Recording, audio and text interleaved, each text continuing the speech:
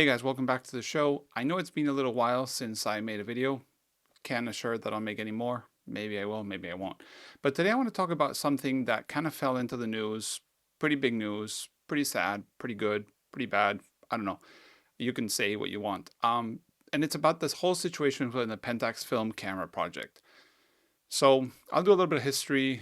Some of the stuff that I'm going to say here is my assumptions. Most of it is, some is facts. And then you're going to know that I know some stuff that maybe I can't share. So you can read between the lines, but I want to talk about it. So let's circle back to Pentax heyday. Pentax was one of the big players in photography, made great cameras like the Spotmatics. They had the K series cameras for film, the K1000s, so on and so forth. They had the Pentax 67, 645, hugely popular within fashion photography and landscape photography and all that.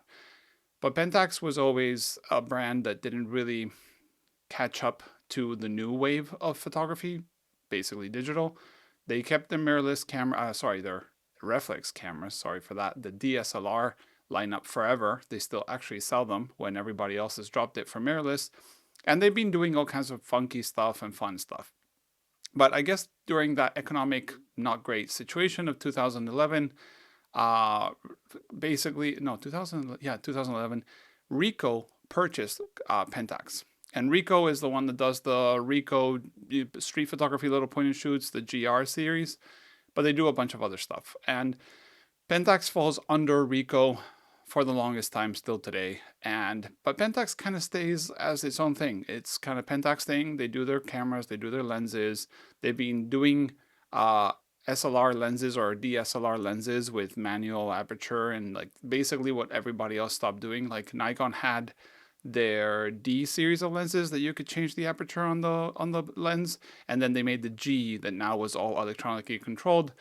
And that was the day that you knew they were kind of moving out of that film era compatible lenses and moving towards the I don't know, it's by wire, you know what I mean. Basically you control it with a camera, you don't control it with your hand. So Pentax has been making all of these things, and when the film project started, this was a couple years ago, TKO went on camera, explained everything about it, that there was this passion to make film photography cameras again, and that they were going to try to do their best to rescue the know-how and all the stuff they had that was kind of like slowly dying out. They had to rescue engineers from retirement, they had to grab new engineers and teach them the old ways, blueprints, you name it, all of that. They actually even had a 3D printed version made, I think it's like resin printed, in the booth at the UK photo show, which actually said, it was really funny, this was made after the Pentax 17 was made, so they had a demo unit that was kind of like transparent, but this was not like from the prototyping, kind of weird. But the result of this whole film project was the Pentax 17. Pentax 17, you've heard all about it, but I'll go just very quickly through it, is a half frame zone focusing camera with a flash and some cool settings, like it can do automatic basically exposure, it can take in filters, it reads through the kind of like a little dot in the front of the lens, which means you can put filters and it'll compensate, so you can shoot black and white with orange filters, red filters, green filters, cool stuff like that. And this camera came with a bunch of little knickknacks and homages to other cameras, like the font is the 6.7 camera, the advance is the 110 camera, and other stuff. And you can hear all about it from TKO. He's been all over the YouTube and the internet talking about it. So this is really cool. I think the camera came out not to tailor to me as a photographer and an old fart, like I like to call myself, but more the younger generation that find film super cool, and a camera like that would be easy to use. I find that it hit that target pretty okay. The lens is superb. The way of using it is pretty nice. It really doesn't break. We are at my work official repair people or something like that for this brand, and they don't really come broken. Usually it's like a screw from the factory that was a little loose or something like that. Like, it's really well made. And they're made to service. So they have a whole service parts and testing equipment and all this stuff. This was made to continue having film cameras for probably years or decades to come, which is really cool. Not everybody making film cameras or trying to make film cameras is in that like mindset. But what happened is probably a year ago, a little bit less than a year ago. Now I'm recording this May 2025. The Pentax people were, I guess, moved aside or relocated, but Ricoh took over Pentax properly. Don't ask me why it took like 14 years, but it's what happened, or at least what I've been told happened.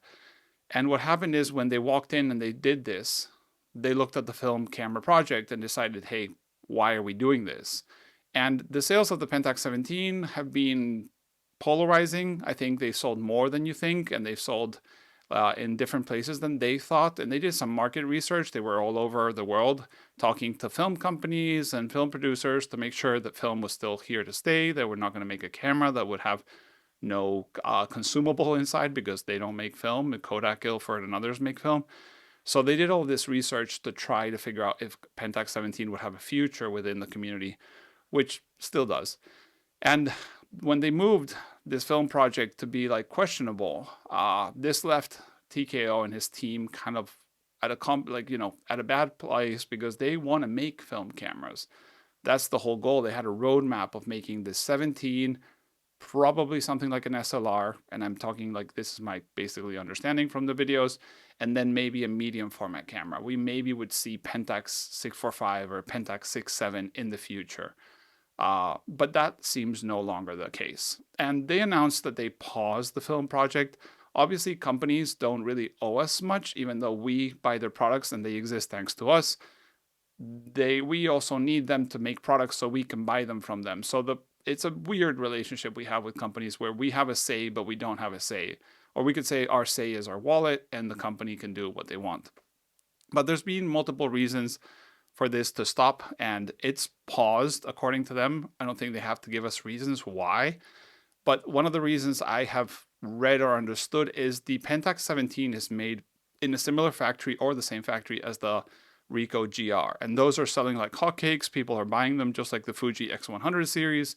People are buying these new-ish compact cameras that are not SLRs and they're not like rangefinders. They're kind of like a little bit retro slash digital, but they have all these looks and things that kind of look like film, but we can argue about that in a different video. But they made all this stuff and they're making it in the same factory. So if you're not able to keep with demand for a digital product, you maybe won't do a film product. And the film product is sold as around 400 or 500 USD to euro ballpark, depending on the offer. And the Ricoh is like 1,000 or so. And I'm not an expert on digital pricing, so don't quote me on that one. So I think that's part of what's happened. And I think TKO, who has stepped aside, has the power and the feeling and the energy to try to do something, but Pentax Ricoh is not willing to. And that's very important to understand is like, if you are at a place where you're trying to innovate and make things and you have a community and you know the community is passionate and wanting to buy products, but you see your company is not backing you, then maybe it's not the place to be.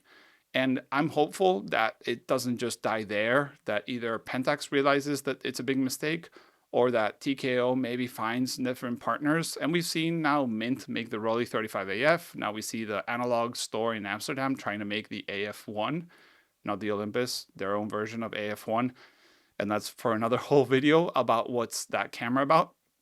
But it's really interesting to see that Pentax Ricoh have kind of stopped the film project. You still can buy the camera anywhere you want. They sell them from, I guess, Best Buy to whatever stores you want, B&H.